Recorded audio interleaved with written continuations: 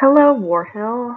This is Miss Walker from the counseling department, and today we wanted to talk to you all a little bit about motivation. I know during this time, motivation is something that can be a little challenging, so we wanted to give you some tips and some pointers on keeping your motivation up during these times. We all get stuck sometimes. After all, school can be tough, and maintaining the focus, energy, and effort necessary to succeed can be difficult. So I want you to kind of think about what you do to keep yourself going when you're feeling stressed out, discouraged, or overwhelmed. One way to do this is to keep a positive attitude and to find ways to stay motivated.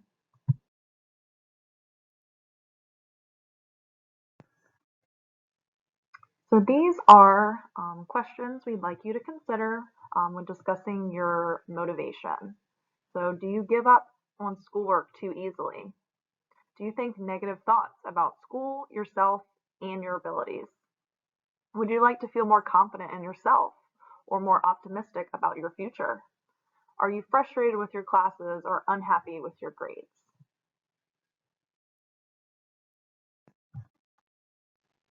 If you answered yes to any of these questions, it's important that you find ways to feel more confident in your abilities and more motivated in your life. Let's go ahead and get started. One way to increase your motivation is to surround yourself with positive people. In life, we come across all kinds of people. Some are positive influences in our life, and some are not. So we encourage you to try to stay away from people who are negative or critical. Instead, choose to be around people who support and encourage you. These are the people who help you achieve your goals and realize your dreams.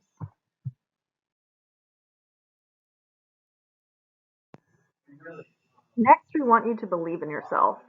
In pregame speeches, coaches try to energize their players and make them believe they can win.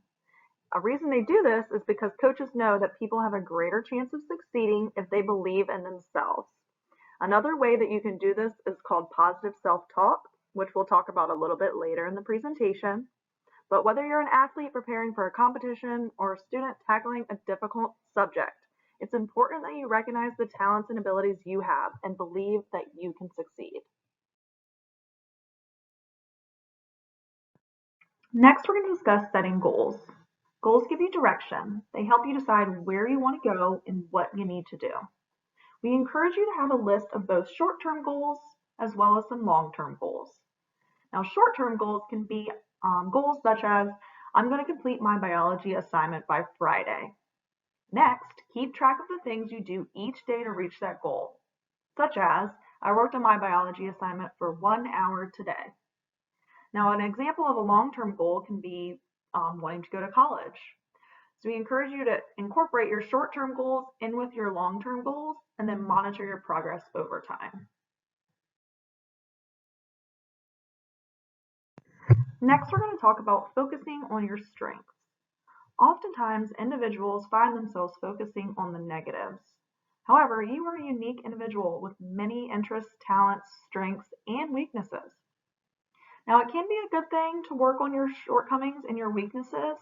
However, ultimately, your strengths is where your future lies. Look for ways to pursue your interests and develop your talents and strengths. Next, we're going to discuss the use of positive self-talk. So we all have a voice inside of our head, and when things aren't going well, that voice can sometimes become negative and critical. You can help yourself stay positive and motivated just by changing your self-talk. So you can do this in ways such as replacing statements like, I'm terrible at math, with, I'm smart and I can do this. Changing how you think will change how you feel and how you act.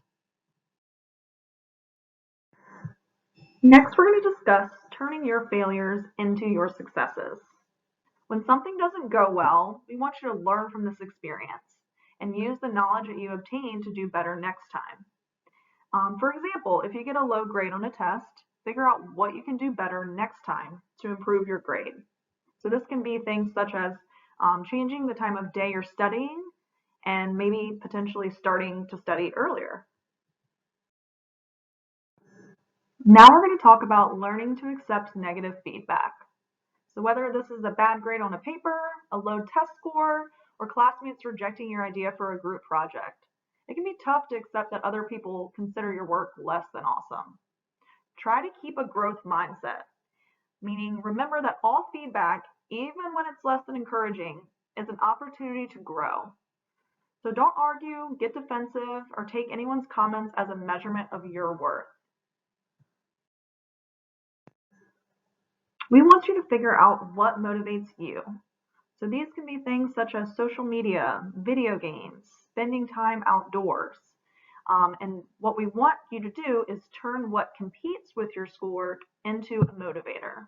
So an example is rewarding yourself with whatever it is that motivates you once your homework is done.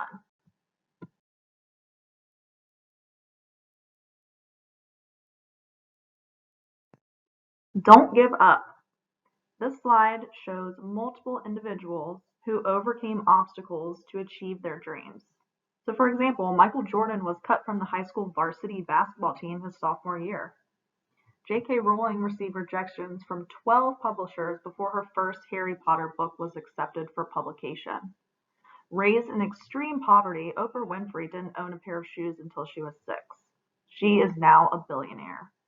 So these examples, we just want to show you individuals who have overcame obstacles, and we don't want you to give up. Following this presentation, we'd really like you to think about some areas in your life where you'd like to be more motivated. If you're able to utilize some of the skills and items that we discussed throughout this presentation, we know that you can be successful.